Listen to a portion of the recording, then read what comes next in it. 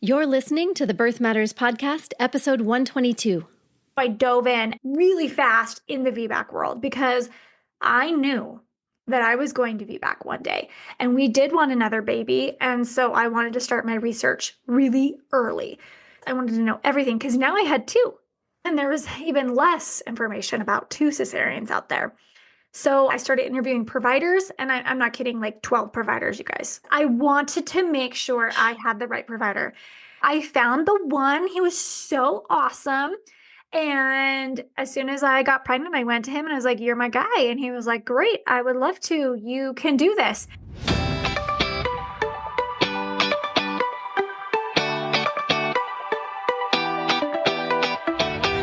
Hey there, and welcome to the Birth Matters Show. I'm your host, Lisa Graves Taylor, founder of Birth Matters NYC and director of East River Doula Collective. I'm a childbirth educator, birth doula, and lactation counselor, and I've been passionately supporting growing families since 2009. This show is here to lessen your overwhelm on the journey into parenthood by equipping and encouraging you with current, best evidence info and soulful interviews with parents and birth pros. Please keep in mind the information on this show is not intended as medical advice or to diagnose or treat any medical conditions. After our last episode, which was only our second VBAC story to ever share on this show, surprisingly, I thought it might be helpful to take a deeper dive into the whole world of VBAC. And so I thought it might be helpful to invite someone on the show who is specifically an expert in vaginal birth after cesarean. Today's episode is a combination of 3 birth stories and then a chat with a fellow birth worker named Meagan Heaton, co-founder of the VBAC Link. She's going to share a little bit about her 3 births, which include 2 cesareans and 1 vaginal birth after 2 cesareans. Then we have a chat about vaginal birth after cesarean. This episode should be interesting and educational even if you're expecting your first baby and haven't ever had a cesarean. The strategies and information you'll hear us chat about could help you ensure you're hiring a medical care provider who's only going to intervene and do a cesarean if absolutely necessary. It'll also help you think about questions you might want to ask as you're hiring a care provider, whether it's your first time or you've had a cesarean and would like to VBAC. A lot of expectant or new parents have told me after having a cesarean, they thought it's once a cesarean, always a cesarean for any subsequent births. But if someone has a cesarean, it's evidence-based in the majority of cases to give that person a chance to give birth vaginally if they'd like to. So we'll do some myth busting on this today. We'll also discuss some of the reasons why we don't believe 39-week inductions that have been all the rage since 2018 due to the ARRIVE trial are leading to fewer cesareans. Before we get started, I just wanted to spread the word that our next free virtual Meet the Doulas event will be Wednesday, November 13th at 6:30 p.m. And our next virtual Savvy Birth 101 workshop will be Wednesday, November 20th, the following Wednesday, at 7 p.m. This 1-hour workshop is great for anyone hoping to conceive at some point, trying to conceive, or earlier in pregnancy before taking a longer birth class. You can find the links to sign up for either of these events over at birthmattersnyc.com. And remember that if you're listening after these dates, we hold these events regularly, so check our website anytime for the next opportunity to participate. Or if you're seeking a doula and you'd like private help to explore your options, please visit eastriverdoulas.nyc. Note the .nyc extension. Now let's hear from Meagan. Welcome to the Birth Matters Podcast. Today, our guest is Meagan Heaton. Meagan co-founded the VBAC Link with Julie Frankham in 2018. Although she always felt called to the baby world, she really found her love for birth in 2014 after her second C-section. Through these 2 birth experiences, her love and passion grew around VBAC. She wanted to help people feel supported and loved. I love that. She had 2 C-sections and then went on to have a VBA2C, a VBAC after 2 cesareans, and has now supported over 300 families through her birthing journeys as a doula. Welcome, Meagan. I'm so glad to have you here. Thank you so much. It's such a joy to be here chatting with you. We had so much fun even just before we started recording. So I'm so excited for today's episode. Ditto. Well, so can you just start out sharing a little bit about your own personal journey and what brought you to the work you're doing now? Yes, so just like you had said, I had two cesareans. And my first was, like a lot of people's first, unexpected. And for me, it was undesired. I wanted to have a vaginal birth, but I didn't really do a lot to prepare myself. So I found out I was pregnant, downloaded an app, and that's about as far as it went. I waited for that app to tell me every week what I should expect and how big my baby was, and just assumed that I would have a baby just like everybody else in the world is having babies. And I was definitely not expecting my water to break before contractions really started. And I went right into the hospital because that's what I was told to do. And they immediately wanted to induce me. My contractions weren't really going. I wasn't really dilated at that point. So they immediately put me on Pitocin. And then the cascade kind of went from there. Pitocin, epidural, fetal heart tone drops after the epidural, which doesn't always happen, but it did with my baby. She recovered, but then I didn't really progress even with them upping Pitocin. And so after 12 hours of my water, after my water broke, which is very little, I was Mhm. told my body didn't know how to do it and that I needed to have a cesarean. And I really just didn't know. I knew I didn't want that, but I didn't really know my options then. And I didn't really have anyone in my corner to help advocate for me or even remind me of my options. And so I was wheeled down to the OR. And I had my baby. And of course, I was happy that everyone was good. But I just remember feeling so groggy and out of it and disconnected. And I know that not every cesarean people don't feel, disconnected, but I really did. I remember laying there thinking, Meagan, aren't you supposed to cry? Like your baby's crying in the corner. You shouldn't you be crying? It was the weirdest battle in my head. And I just knew that after that, like I got home and I was like, I don't want to do that again. And so I got pregnant again a couple of years later. And Before you move on, can I just ask a yeah, quick question? yeah. Something really stood out to me when you said something along the lines of they told me my body couldn't do it. Hmm. Did they make you feel that way? Yes, they did. They did make me feel that way. They're like, your body just doesn't know how. It's not progressing like it should. That's such And disempowering language. I'm so sorry. I know, and language is so big, and that's something I've learned Mhm. so much through being a doula, and then of course a mom going through the birth journey. But they also, of course, said the word failure, and I Oh, absolutely yeah. hate that word. I Terrible understand. clinical term, right? It really is. And I understand that it is a clinical term. And it's the same thing with TOLAC, trial of labor after cesarean.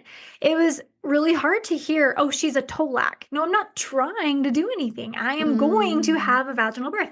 So Mm. I had to, like, at the time, I wasn't able to kind of separate those and, like, that's their medical word. That's the way they use it. I don't have to let their word affect me. So when I would hear failure, and when I hear failure now, it's not failure in my mind. Even though I hear it, I don't compute it into my brain as failure. And I think that that is so important because a lot of people every day having babies are being told things that like and have words impact them. And like So, incompetent cervix is another one that comes to mind oh, is like, are you yep. kidding me? Like, stop Or it. a non-proven pelvis. Yes. Yeah. My pelvis Mhm. is great, guys. Like, I don't have to I prove don't have to anything prove to anything. you. Right? Totally. Yes. Yes. Yes. And so that, Oh. yeah, I was made to feel that way. I remember on the way down, I was feeling really nauseated because they had come in and given me more like epidural and medicine and all these things. And I just got really overwhelmed and nauseous. And I just remember laying there thinking, I really failed. I really failed. This sucks. And I didn't fail. I didn't fail. I was Mhm. failed. I was Mhm. failed. For I sure. did not fail. And Mhm. I didn't know that then, right? And so when I became pregnant with my second, as I was learning more and growing more, I realized that it was more failure to wait. My body was Mhm. doing great. I had made it to 3 centimeters in 12 hours with premature rupture of membranes, meaning my water broke before contractions began.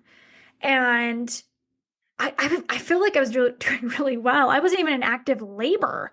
at that point, and I was progressing, so they shouldn't have been able to legally deem me failure to progress because I had progressed and it, even though my water had broken, I had still progressed. So anyway, I learned a lot and was still learning along the whole pregnancy. But there wasn't a ton out there. I went to some ICANN meetings, stuff online and For those VBAC. not familiar with ICANN, can you explain? Yeah, International Cesarean Awareness Network. So they are a great place and they have chapters all over.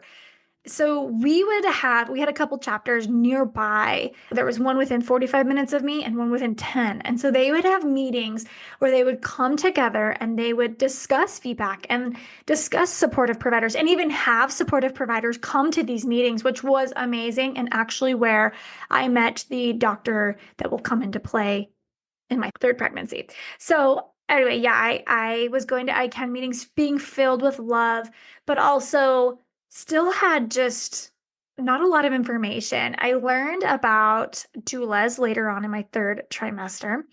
And I also had my intuition tell me you should switch doctors. Now, this is something I talk about on my podcast all the time is intuition. And I'm sure you talk about this and preach this and hear this within your client, your clientele and your courses and everything. Intuition is so big. It's so powerful. It's one of the most powerful tools we have. And I ignored it. I just let it sit there. And I didn't switch providers because I had this weird feeling of, oh, he's given me care this whole time. He said I could VBAC. And I felt like I was going to cheat on him or something if I left. It was the weirdest feeling. But as I've learned and heard hundreds of stories, this is actually a very normal feeling. It's very daunting to switch providers. So I didn't switch providers, which was my number one mistake in my opinion. Didn't hire a doula. Husband was not on board. It's funny because I listened to a story that you recorded and I saw like the husband was more like, let's do home birth, let's do this. And then like the wife had to get on board, and it was the opposite with me where I was like, I want to do these things. And my husband's like, no, he was offended. Anyway, needless to say, yeah, he was offended that I wanted to quote unquote replace him, which was totally not. Yeah. That's a common. Totally not the case. But yeah, we got in a big fight at dinner one time. It was very memorable. But yeah, I had my water break again. Lucky me, just prom every time. They say 10% of women have their water break before labor begins, and I'm 2 for 2 at this point. And my husband was in Texas. He was far away. So we're in Utah. He was in Texas. So I had all the time this time to wait for him to come home. And I really had learned a lot that you didn't need to rush in. Water was clear. I was good. No temperatures or anything like that. So I was just laboring. And when I say laboring, contracting every 20 to 25 minutes probably. And when he got home, my mom and him just were like dying. They're like, you have to go because that's what we are shown in videos and movies and TV shows, right? Your water breaks, baby must be coming. And I fought back for a little bit, then finally just said, okay, that's fine.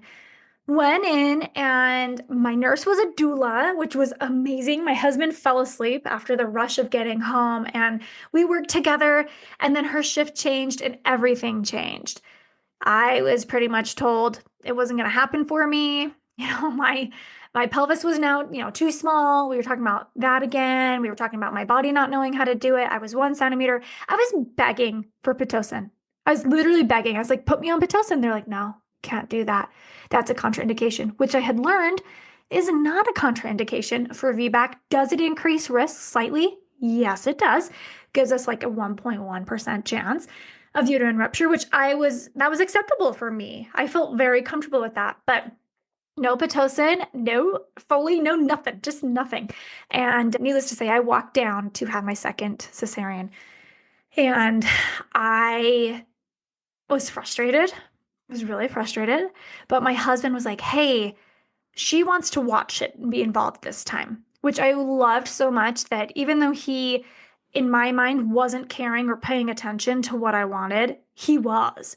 And so I watched my second cesarean in the mirror. So I was able to see my baby come up and they were talking to me this time instead of just to each other about weather. And my anesthesiologist was playing music and checking in on me. And it was just so amazing. And then they put my baby on my chest, skin to skin in the OR, which, yay.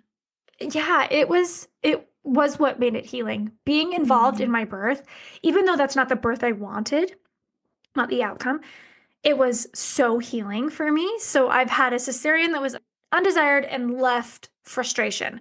Another cesarean that was undesired but left healing, which I think is so powerful. And I tell people on the podcast all the time, cesareans don't always have to be traumatic. They can Yeah. be healing. And I was so grateful that mine was. And so yeah, I got into the post-op room,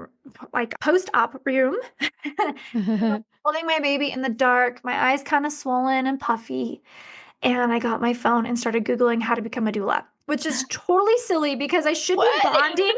I should be bonding with my baby in this moment. But I was like, no, I want to help people feel what I felt the first part of this labor. This love, this support, the compassion, the education, the guidance, just everything that she provided was it. It was it for me. And I was like, I want to do that for people. I want that. I want that. So yeah, I decided to become a doula right out of the OR. That And is so here I am. amazing. Yeah. I just want to chime in real quick just to mention for listeners that I love that you just shared a little bit of gentle cesarean techniques that were incorporated into your second belly birth. I don't know if you're okay with that use of that You can term. call it whatever. Yeah, everybody Because calls it something different, is sure. comfortable with it, right? Yeah, I just feel like that destigmatizes some of it and helps it feel more like a birth, but everybody's different, of course. Yeah. So 2 episodes ago, on episode 120, we just had a couple of OBs who incorporate gentle cesarean techniques, which are not readily available in our city. And so for listeners who haven't listened to that, you can go over and listen to some of those things you could discuss with your provider in the event that a cesarean is needed or might be needed. So I'm glad that they were able to incorporate some of that for you. Me too. Me too. Because having my baby placed on my chest and touching my face made me feel that connection that I didn't feel with my first. I was kind of showed my baby and then she was gone. I mean, just gone. She was removed from the room. And yeah, so clear drape, but you know the like big belly bands they hold monitors on, like the Toco and the baby. So they put that on as a tube top. And even if they don't have that, listeners, you can get one. Just have it in your bag. But I had that and they stuffed my baby down in there. So she was really nice and secure because there is some restriction within a cesarean. And then I also requested not to be tied down because sometimes they can strap our arms down. Right. And so that, oh my gosh, just the world of difference. So definitely suggest going back and listening to that episode of yours because it did make a huge difference. Thank you. You became a doula, and that's so exciting. And it's just amazing that it was right after the surgery. I know. I researched how to become one, and then I registered before I left the hospital. My husband was like, oh my gosh. He's like, you can't stop talking about this. And I was like, I know.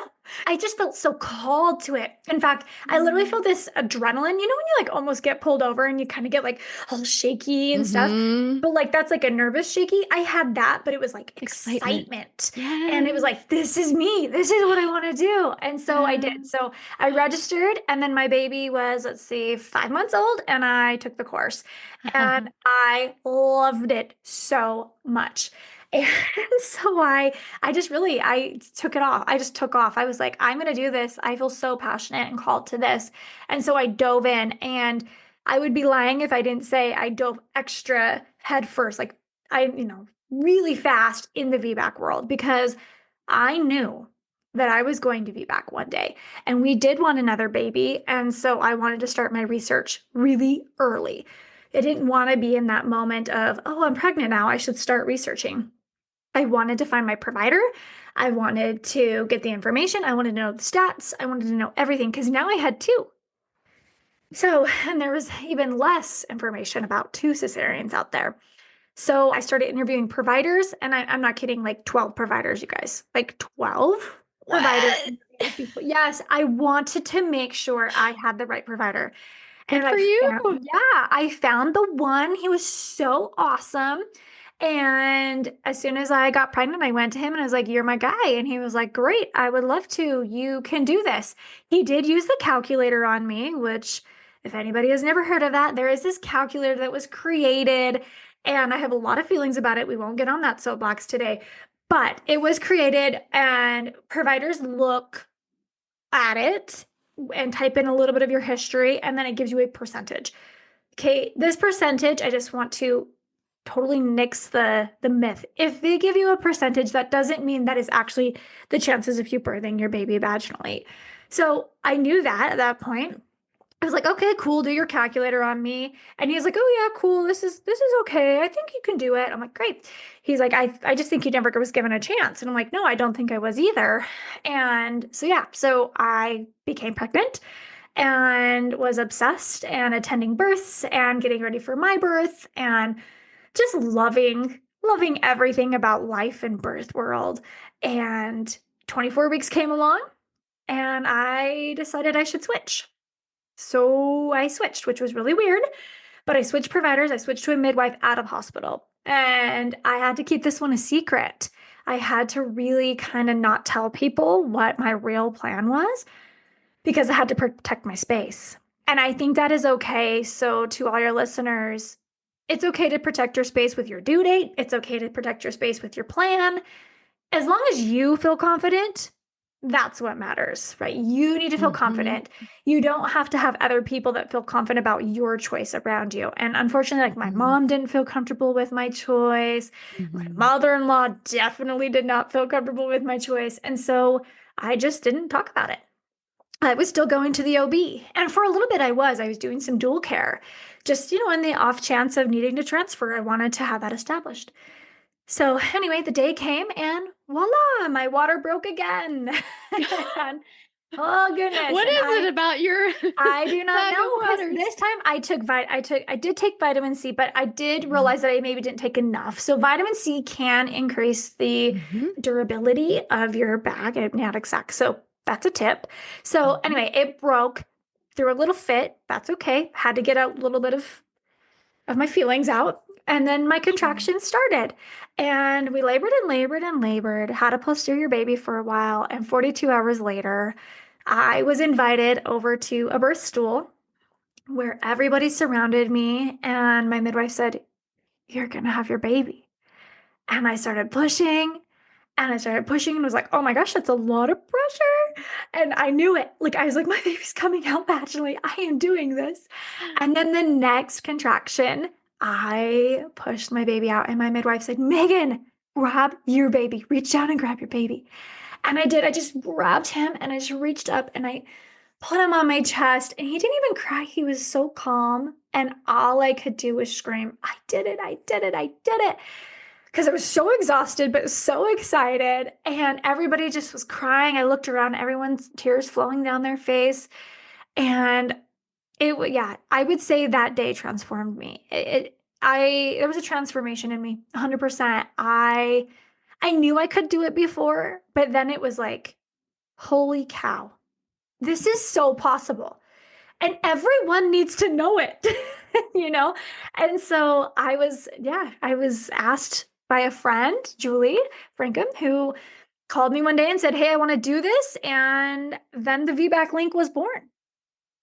Amazing. I'm just getting all the chills. It was incredible. And it's crazy to think like it was 8 years ago. And I still remember the feelings and the emotion and the faces and the tears. And oh, I just remember feeling everything. Birth is just amazing and it sticks with you, which is why the VBAC Link started, because we want to make birth after cesarean better. Absolutely. I'm so grateful for the work that you're doing because it's such a needed resource. And yeah, I just want to help you spread the word. Oh, well, thank you. I just wanted to mention, I'm going to link to all of the different places that you can follow and where the courses are. And maybe we can talk about that in a little bit after we Yes. chat more about all things VBAC. But they have a great podcast that has so many episodes. They're putting me to shame in terms of they started the year before I did and have like triple the number of episodes. It's really, really impressive. And so many wonderful stories. I've listened to several, but I just want to keep listening because it's really wonderful. And if you want to listen to Meagan's birth stories in more detail, it's wonderful. Highly recommend it. Toward the beginning was, I think, maybe episode 2 or so.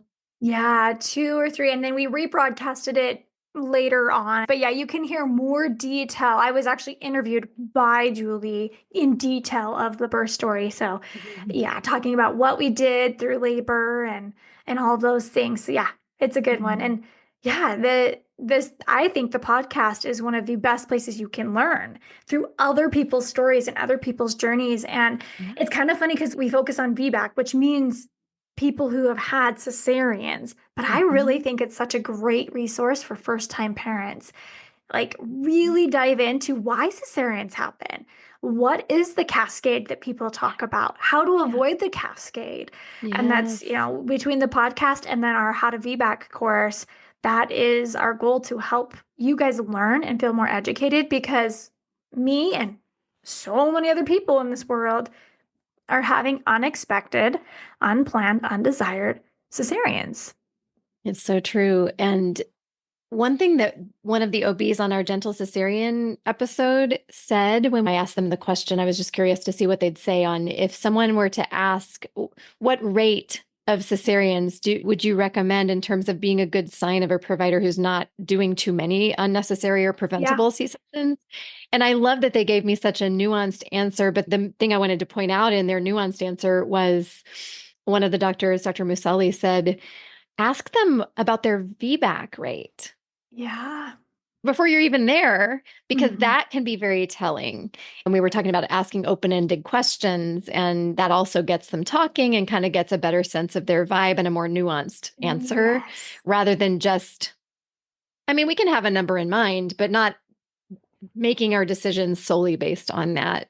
Mm. So that really resonated as you were saying that all your resources, including your podcast, can be such a helpful resource for first timers to Yeah. navigate all of this. Mhm. And we have a list of supportive providers that people are giving us all over the world, like seriously, all over the world. Amazing. So for first-time parents, like find a provider that doesn't do unnecessary cesareans and that is pro VBAC and things like that. Like start there. I think, yeah, there's so much to talk about with first-time parents, but yes, we will move on to more VBAC. Yeah. So, say someone has had one or more cesareans and they're Mhm. seeking out a VBAC supportive provider. What are the secrets to really discerning Yeah. that? Yes. Especially with your, I mean, you have so much experience, and my mind is though going back to the interviewing 12 12. I before. know. It was a little ridiculous, maybe, but it was what I needed to do. And Whatever you then need to do. everybody was like, "You're changing providers," after I found the right provider. And he was like the VBAC doctor in Utah. And I was like, "Yeah, my intuition's telling me I should go out of hospital and I can't ignore it this You're time. going I to just always can't listen ignore this it." time. Yeah. Yeah. So, okay, let's talk about questions. You kind of just mentioned that is asking open-ended questions. Anyone can say yes or no, and they can say it with a smile on their face confidently. Yes, no, they can. And that doesn't give us the answer. So asking questions like, how do you feel, like the VBAC percentage rate, but how do you feel about VBAC? We'll get to know a lot about how someone feels about VBAC based off of what their face does originally. And if they're like, oh, yeah, or you know what, I absolutely love them and I encourage them. Sometimes it's not applicable, but it's really something I want to talk to about my clients or my patients. And there's pros and cons for both sides. Okay, okay. Then what are your requirements for VBAC? Because weirdly enough, there are requirements, and this is how we can kind of decide if your provider's maybe on the more like friendly, okay side versus like, no, I do everything I can in my power. And answers like, yeah, VBAC is totally possible, but there are some restrictions. Like you have to go into labor by 39 weeks spontaneously because we won't induce. You have to get a just in case epidural.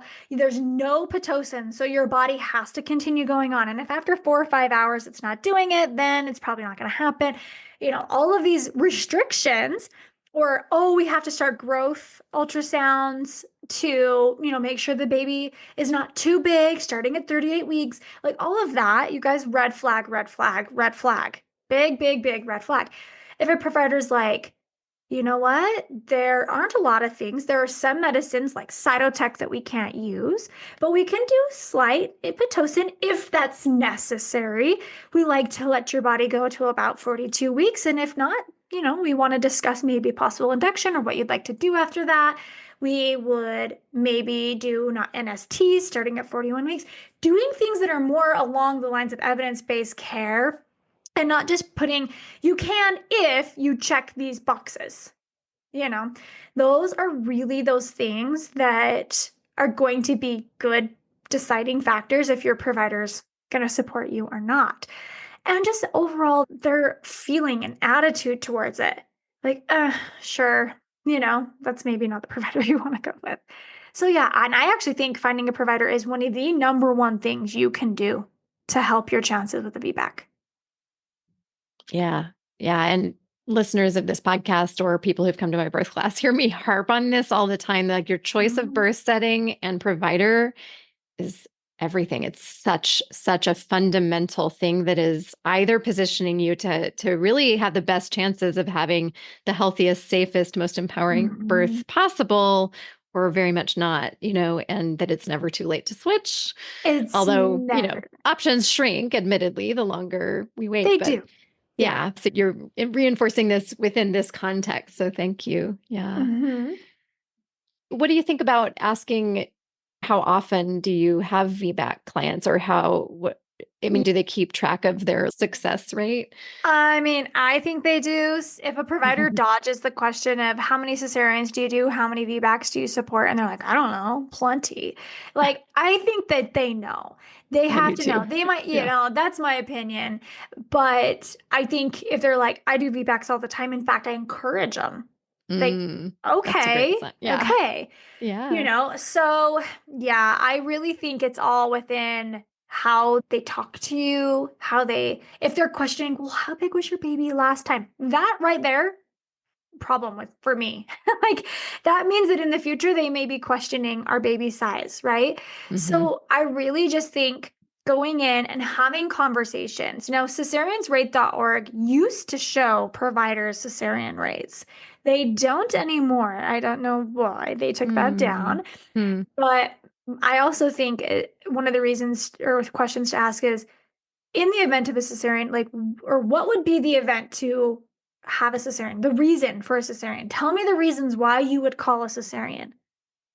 Because if they're like, oh, because you've reached 41 weeks, or oh, your baby looks too big, or oh, if within 3 hours you're not progressing, these are things. So ask why they would, and then ask, what do you do to help your VBAC clients achieve their VBAC? What do you do? Because I think that's telling too. If they're like, oh, we just sit there and let you do it. If you don't do it, then no. Or if they're like, I'm going to do everything I can. I am going to support you and we're going to walk through this together because I want this for you just as bad as you do. Okay, can you see the different feelings there? And there are providers that are on both sides of that. Like those are actual true things that have been said. So yeah, I think really getting a feel and having that conversation. What will you do to help me get this VBAC? I think that's important. And in terms of helping people decide their birth setting, whether it's in a hospital, birthing center, or home birth, I would imagine that just really has more to do with their comfort level as it would in any birth situation, and their, risk tolerance versus, where they perceive risk versus not. Yeah. Yes. And I really think that people need to get educated before they make a decision on anywhere. And I also know that finances can be a big impact with out of hospital versus in hospital, because a lot of in hospitals insurance covered, right? And it's the same thing with midwives and OBs. Today in one of the Utah forums, the birth community, they were like, I really want a VBAC, and everyone's like, midwife, midwife, midwife, midwife. And she's like, I just can't do a midwife. They're not qualified.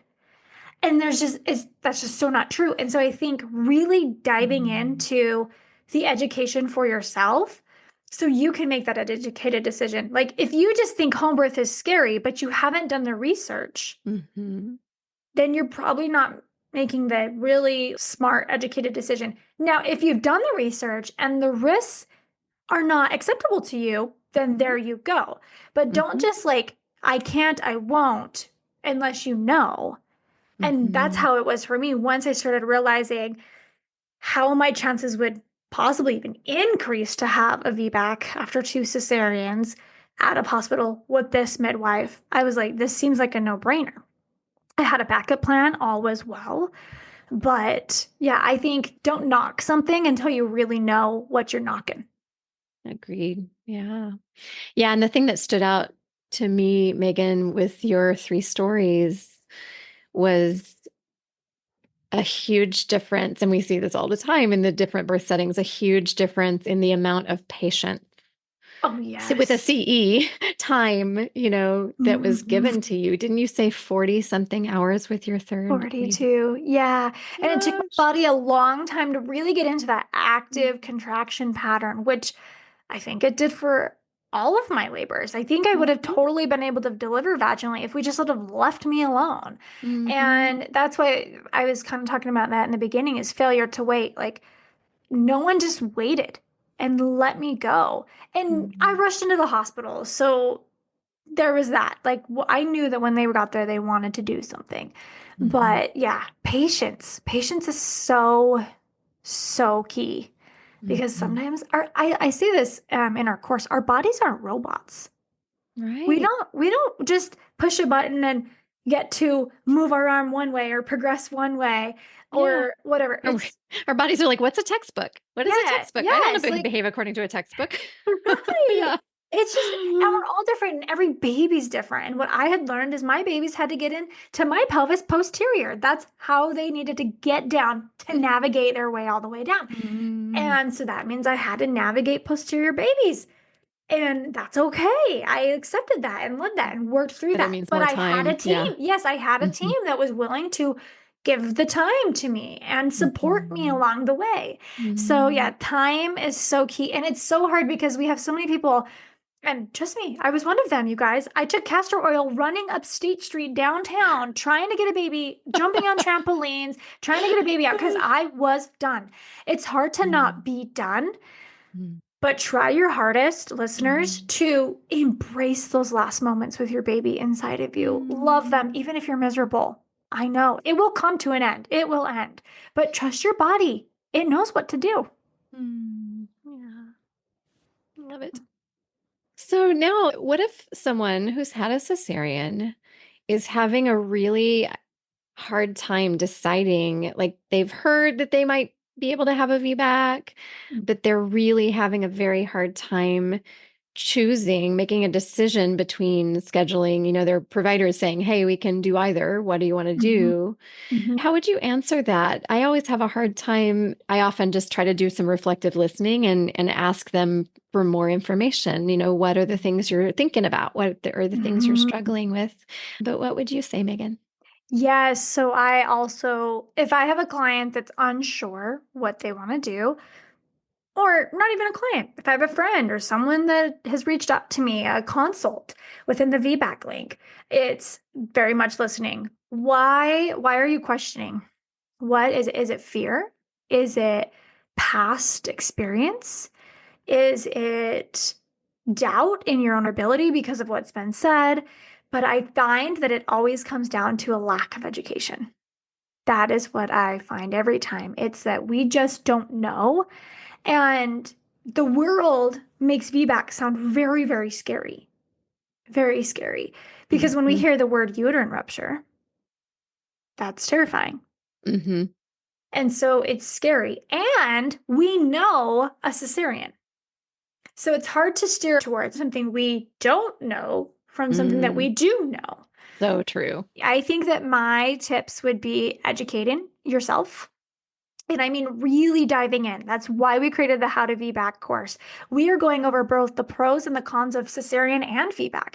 It is not a one side course. It is not just how to VBAC because not everybody's going to choose it. And they're Mhm. undecided for a long time. So Mhm. know the pros and cons of both. Know the history of both. Know trying to think of the word right now, the repercussions, Mm. Mhm. even long term. Okay, so Mhm. cesareans have long term risks, Mhm. that people don't think about. Things like bladder adhesions Right. and or even just dense adhesions in general. Things like infertility in future babies or placenta accreta in previa Mhm. increasing. And so it's so hard, but I think breaking it down and deciding what feels best. And that takes you learning. Right. So true. Hmm. How does a provider assess whether someone's a good candidate for a VBAC? So I mentioned the VBAC calculator that they pull out sometimes, and they will assess things like past birth. Did you get to 10 centimeters? Did you push a baby out? Have you pushed a baby out in general? We talk about scar thickness sometimes. Mm. Now, there is a whole episode that talks about scar thickness and qualifications of VBAC with Dr. Fox on our podcast, and I Oh, highly suggest cool. going to Nathan that. Fox? Yep, Dr. Yeah, Nathan cool. Fox. Yes. So, Nice. and we really kind of debunk that whole thickness thing where it's like, if Nice. you don't measure this thick, you can't do it. But that's not really necessarily the case. Mm. So, but they'll mention, thickness of the scar, duration, how close you conceived after your VBAC, which is another really burning question in the VBAC Mhm. world. How soon can I conceive after? If I conceive before 18 months, am I doomed for another C-section? Which is no, you're not. But yeah, so these are the things that they're looking at. They want to know if you've had that quote unquote proven pelvis, proven cervix, if your cesarean scar is a low transverse, incision, or if it's a special scar. And that's a whole topic in itself, special scars.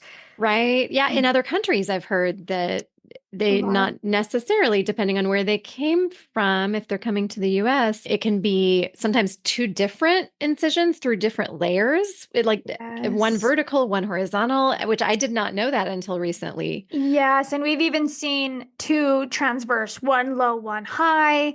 Mm. And sometimes that can be based off of if it was a preemie baby or if it was a Mhm. really stuck baby.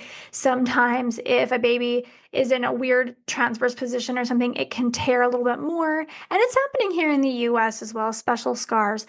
But and there are some increased risks, right, with different types of scars, but people still VBAC and do it safely. But they're going to look at all of these things to see if you are a quote unquote good candidate. Mhm. Now, I was a mom that never made it past 3 centimeters, never got a baby out of my pelvis. So I was maybe a lower candidate, right? And then the second time, never made it past a one. So a lot of providers may be like, no, her body doesn't dilate, it doesn't work. But then obviously it did. So even Mhm. know that if someone is rating you and your ability, whether it be on a calculator or not, based off of facts that you've had, there are likely other situations that stacked up that caused a cesarean a lot of the time. So they look at these things. I think it's important to take them into consideration, hear what they have to say, but know that it's not a be all end all. If Mhm. they're like, you're just not a good candidate. APA actually says that like 90% of people are candidates for VBAC, Hmm. which is a very large chunk of people. Who said that? The American Pregnancy Association, Ah, got it. Thank you. APA. Yeah. Uh-huh. And really the success is like 60 to 80, but we know that VBAC rates are low. I mean, like in the 12%, yet the cesarean rate is 32.1 as of 2023. I mean, we've got a problem here, which is also another reason why we talk to first-time moms. Let's learn how to avoid these. But I really believe that if you want to VBAC, if you put the work into it, it is definitely possible. Does it always work out? No, it doesn't always work out, but it's very, very possible. I love that. Thank you. How can a support partner support someone who's wanting a VBAC? I'm thinking more prenatally. Yeah, this is a really good question. My husband flat out said, I do not get it. He said the words, I don't understand why we don't just go unzip you. Those are the words that he said to me. He literally didn't get it that much. And I said, come learn with me. Learn with me. And he didn't want to learn. Now, I Oh, love him. I love him so much, but he didn't care to learn with me. But partners, learn with your partner. Learn Mm. and understand the reason why. And it's okay if they never understand the real reason why, but understand the reason why they want to VBAC, right? And understand the real risk in VBAC. Understand what your partner has to go through to get this VBAC. You guys, it's not easy all the time, and that is frustrating. But the more support your partner has, because as birthing women or birthing people, we need all the support we can get. And if our partners don't really support it or don't understand and don't have the education, it's harder to support them, right? So, really diving in, taking classes together, listening to her. My husband listened to me. I didn't think he was listening to me, but he listened to me, right? So, when push came to shove and I was on the operating table again, he knew exactly what I said. If this happens, these things are important. And he heard me. So, listen. Sometimes you don't even have to say anything, just listen, just Mm. take a mental note, right? Mm. But really understanding the fear and then also helping protect your space. I Mm. think Mhm. it's really important to protect your space. So if you know that Sally Jane, who's next door, doesn't like the idea of what you guys are choosing, it's maybe not something to talk to them about, All right. right? Yeah.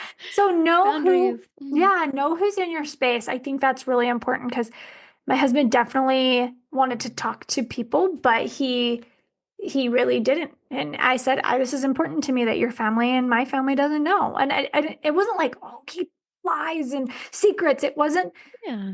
it wasn't bad. I wasn't doing it like for ill intent. It was just, I was protecting my space. So Yeah. really There's help wisdom there. understand, learn their Mhm. desires, and yeah, be there. Just be there. Hire a doula. Don't hate doulas. Right. Because doulas are there for you too. And that is Absolutely. something that my husband didn't understand. And then with my third, I had multiple doulas and he was like, I would never do it without a doula. And he apologized later, like, I'm sorry Oh, that we didn't good. do that. So yeah. Yeah, I mean, I wanted to hire a doula because it was going to stress me out knowing how much was on my husband's shoulders. Yes. I was like, no, that's too much. Like, Mhm. we need a helper. We need someone to support not just me, but him too. Him too. Yeah. Yeah. Yeah, yeah, absolutely. Yeah. Can we talk a little bit about before we hit record? I was mentioning the term inductus section to you that our Yes. doula community, our doula collective has coined that term, or I'm sure we're not the first, but we just see far too many inductions go to a C-section Yeah. ultimately. And it's heartbreaking for those folks who really didn't want that kind of Mm-hmm. birth, and Mm-hmm. it's also that's a rough road to go down potentially to be induced and to Yes. have all of those medications and all of that really like often like forced labor that is harder to cope with for most people, I would dare say.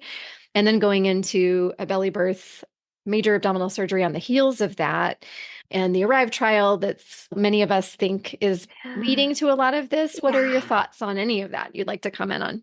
Yes, the Arrive trial. This could be a very long conversation, so I'll just Right, start in totally. that I do not like it.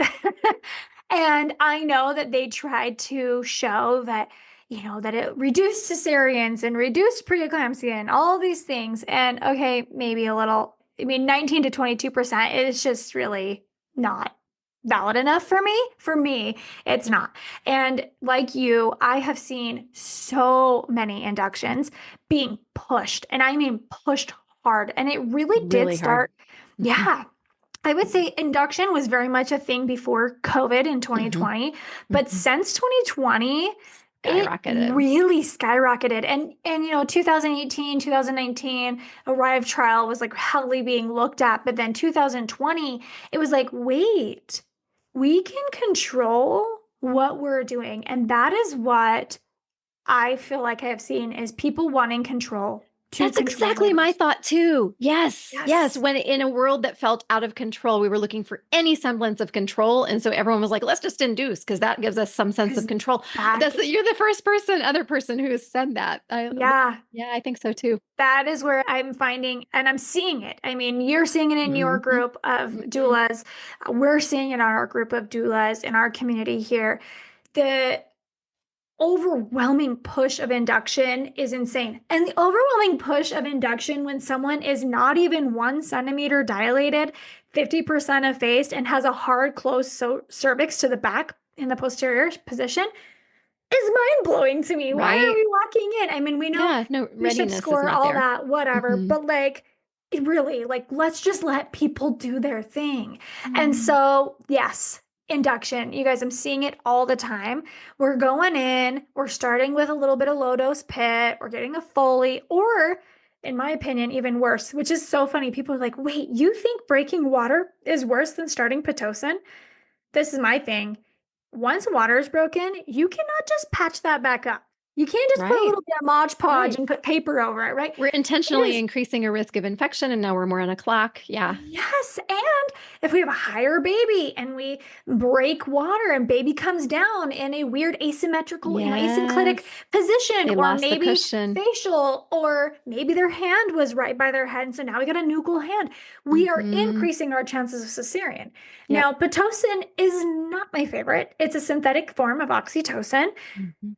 but it can be shut off and it can go away from our body within time. Mhm. Mhm. So if an induction is taking place, I usually do say start a low dose pit over breaking your water at 2 centimeters because you can stop it, right? You Right. can stop it.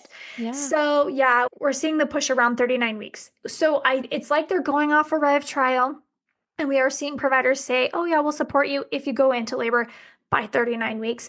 And it's so funny because doctors all over the world are like, we will induce, we won't induce. You have to induce, we can't induce. You have to get an epidural, you can't get an epidural. It's like there's so many different opinions just depending on your location. And it's like, can we just follow what is evidence based and just get back to physiological birth? Because our bodies are incredible.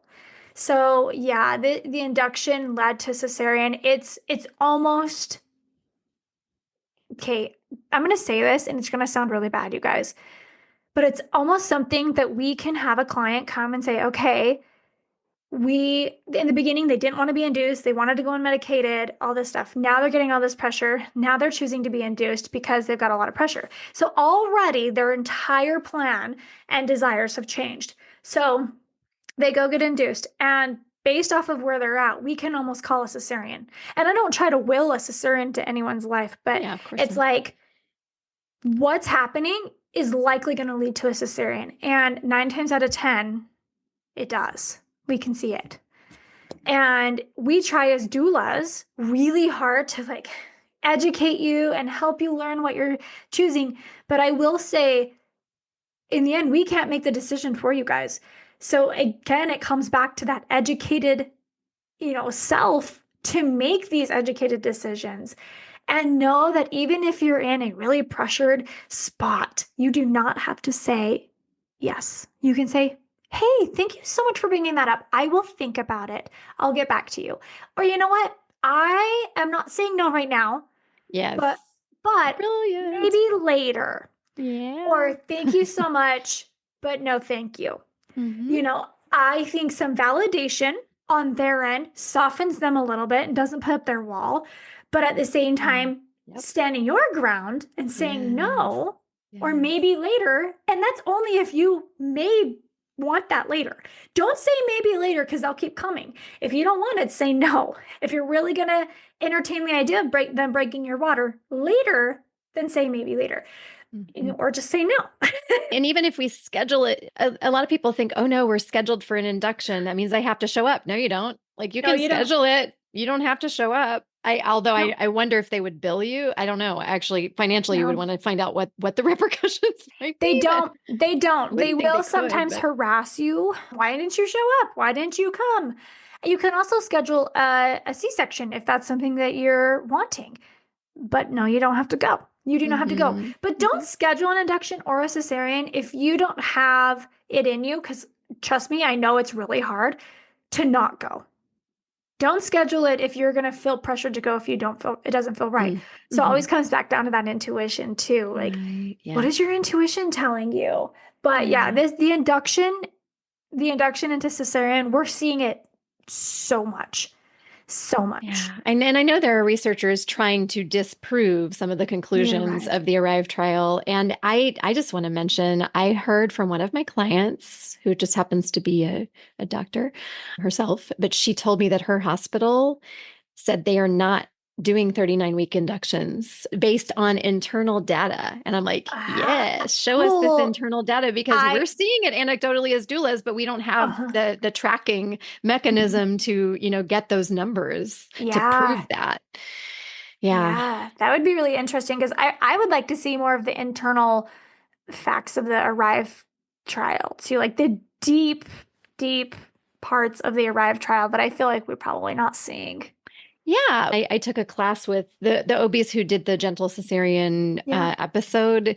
I may have them back on to talk about the ARRIVE trial because they taught a great class when it first came out for doulas Mhm. in Manhattan on just all the details of why they are not going to be routinely abiding by this 39-week induction thing, and they're trying to spread the word to their local fellow Mhm. practitioners. Mhm. We're not going to be able to replicate these same outcomes, at least Yeah. here in New York City. We can't speak for other areas of the country, but Yeah. we have such busy hospitals. They don't have the time, the luxury of giving people the amount of time that they gave people Exactly. in that trial, right? And I love that That's you a just brought huge that up. difference. I love that you just brought that up because in the ARRIVE trial, they purposely tried to allow as much time, like 50-hour labors, Yeah. you guys, not even kidding, Yeah. to allow it to avoid the cesarean. But that's Hmm. not real life. It's not real life. We don't Yeah. see 50-hour labors. And Right. Yeah. it's just not happening. I mean, especially those It's the rare hospitals that hospital that does that. require, Mhm. yeah, require the OB and anesthesiologist to be on the whole time. You're telling me that they're going to be willing to stay there for 50 hours? No, they're not. Yeah. They're Yeah. not. Hmm. So, yeah, I love that you brought that up. Big, big Yeah, component. that's a huge one. And, another thing I point out is that they started a lot of those labors at home with a Foley, Which is and not happening a we lot either. hardly ever see that here in our local hospitals, very, very rarely. And Hmm. so that alone is another factor whereby they were able to give people more time. Yep. And then also like the demographics, at least here, our birthing population skew way older than the Somewhere like in average Utah, we're age in pretty that. young Right. here. Right. Yeah. I grew up in Yeah. Texas, so I grew up in a similar, Yep. yeah, where people Hmm. have babies much younger. Yeah, and those are just a few of the many reasons that's not going to Yeah. translate. But yeah, that readiness is one of the biggest reasons I believe earlier inductions are leading to a lot of cesareans because we're much less likely to be in a state of readiness, the cervix, our whole Yes. body at 39 weeks than we might have been at 41, Yeah, or exactly. even And 40. something Mhm. else too that I am finding is that we as individuals who are birthing are being made to feel like if we weren't in the hospital, things would have gone really bad because these inductions are leading to some more emergence or quicker need for cesarean. So Mhm. then we have this distrust that anywhere else would be safe when in reality It caused it. it was caused. Thank you for That saying that. emergency was caused and pushed on us when it actually probably wouldn't have even gone that way. And maybe it could have gone to a cesarean or an emergent situation, but it likely wouldn't have if we didn't have A, B, C, D, E, F, G Mhm. before. You know what I mean? So, so, so And I true. think that that is a big thing Heartbreaking. into why there's such a negative out of hospital or even midwifery supported providers Hmm. because we are being made to think Hmm. that they are the big saving grace when they're not. They're the Hmm. cause a lot of the Mm. time. And we also recognize there's emergent, real, true need for induction, medical reasons. There's Yes. real Yeah, medical reasons for absolutely. cesarean, but what we are talking about today is not that. Right. That we're not waiting, we're not trusting the body, we're pushing something onto our body when it's not ready. And then we're Hmm. stressing out our body and our baby. Hmm. Hmm. Yeah. Yeah. Thank you for having the Arrive trial chat with me. Yeah, sorry, I know. Yeah, you need Seriously. to apologize. I was so glad to get to chat. And I feel like we're very aligned in a lot of our areas of thinking, opinions Yes. on that. All right. Well, I would love for you to share more with us about the work that you do and your offerings. But is there anything else besides those things that you haven't gotten to share that you wanted to share? I just want to kind of reiterate, like, believe in yourself, believe in your ability to birth your baby. Try not to let the outside world convince you that your body can't do it, that your pelvis is too small. That's another one we didn't really touch on, but big thing that we're being told is our pelvises are too small or our babies Mhm. are too big to fit outside of us. And it's just not true. Our bodies make beautiful, perfect sized babies. And guess what, guys? We call our audience women of strength. So I will say, women of strength, Mhm. your pelvis is perfect.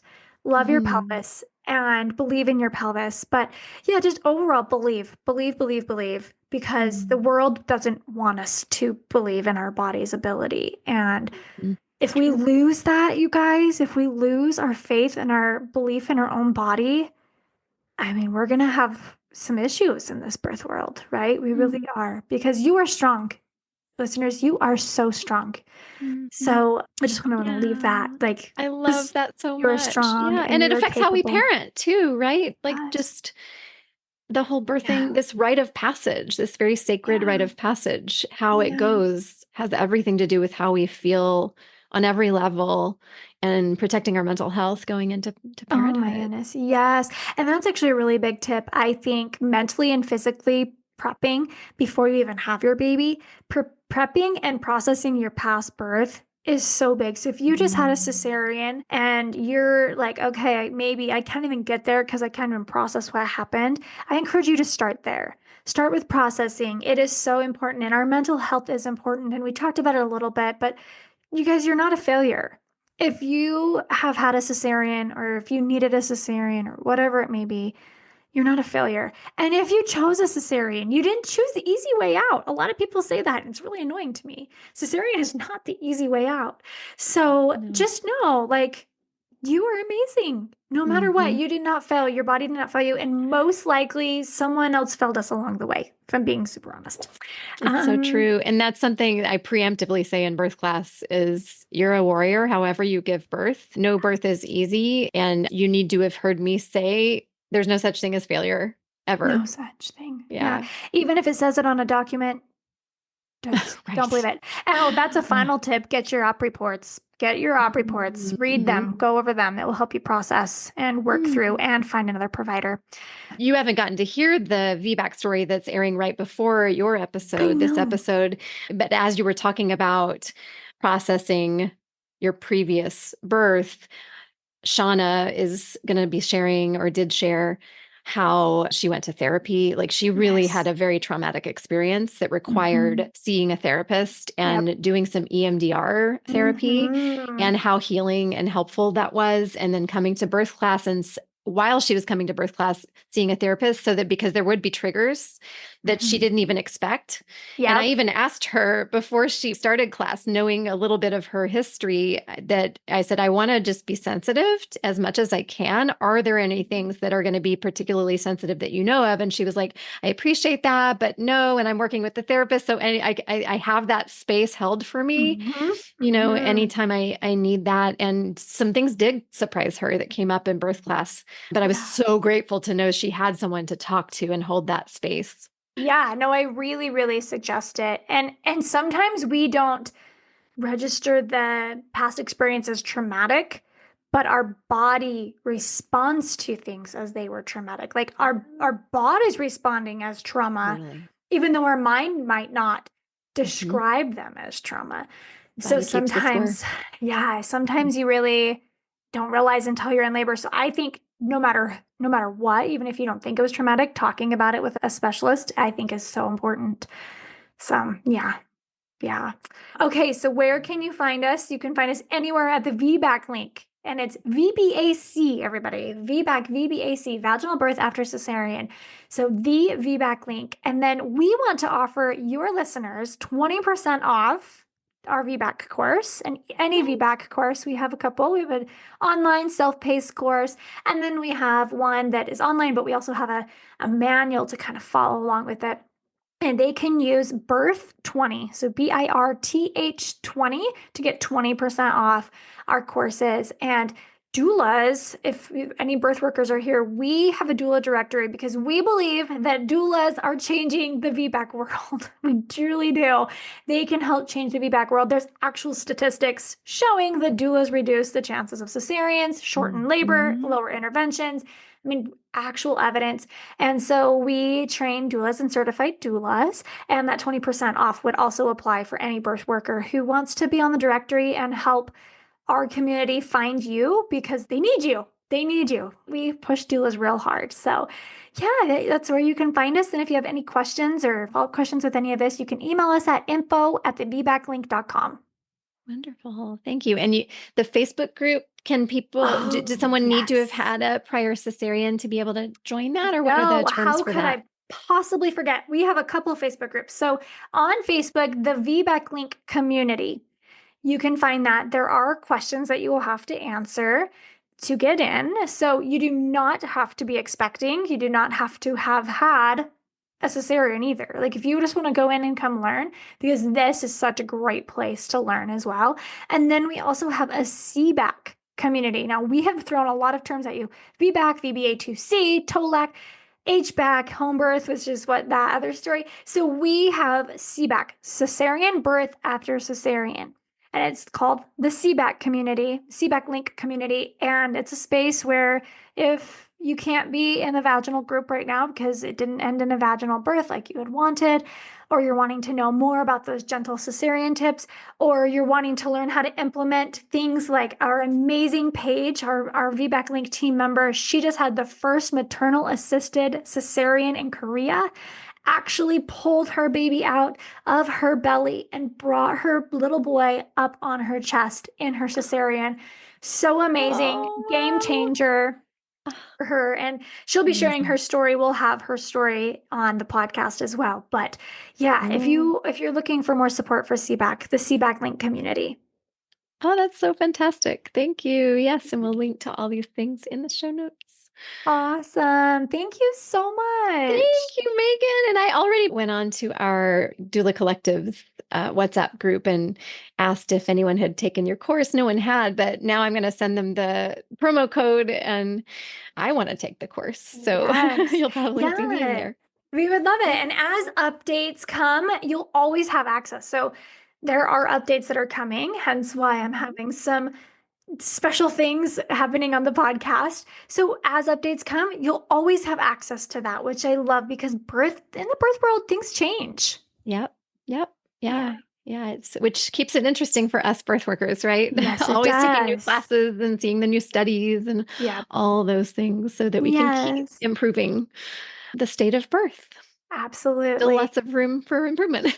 Yeah. Yes. Well, thank you, Meagan. It's been such a joy to meet with you. And I cannot wait to share all of our chat with listeners. And thanks for the wonderful, important work you're doing. Yes. Oh, thank you so much. It really has been a pleasure. And I can't wait to even go back and listen and send it to all of our VBAC people. If you enjoy this show, we'd be incredibly grateful if you'd share it with a friend. You can follow and share our posts on social media at Birth Matters NYC, or simply tell them to search for Birth Matters wherever they listen to podcasts. All right, here's a sneak peek of what's up in the next birth story. 2 days after my due date, 8 a.m, I was like sound asleep in bed, and I just felt a sudden jab in my uterus, low down, and then it was just like a flood, just all of a sudden, all over the bed. I jump out of bed, and I'm just like standing there, and my compression socks are soaked, and my husband always wakes up completely shocked, even when nothing's happening. So he just, oh my God, what's happening? And like also jumps out of bed, and I'm like, we need to take off the sheets, or the mattress is gonna get ruined, like strip the bed. I was very preoccupied with like, I need towels. I need to clean up this giant puddle on the floor. I need to get the bed linens in the laundry because I don't want everything to be soaked through for when I want to take a nap later. All right. So last thing before we close it out for today, I'm going to share with you 4 affirmations that Meagan shared with me that she likes. And I'll just encourage you to pick 1 or 2 of them if you like 2 of them. to meditate on this week. The first one is, I am a woman of strength. Or, of course, it could be, I am a person of strength if you don't identify as a woman. The second one, my body is capable of birthing my baby vaginally. Third is, breathe in power, exhale tension. And the final one is, my pelvis is the perfect size. Thank you so much for listening to the Birth Matters podcast.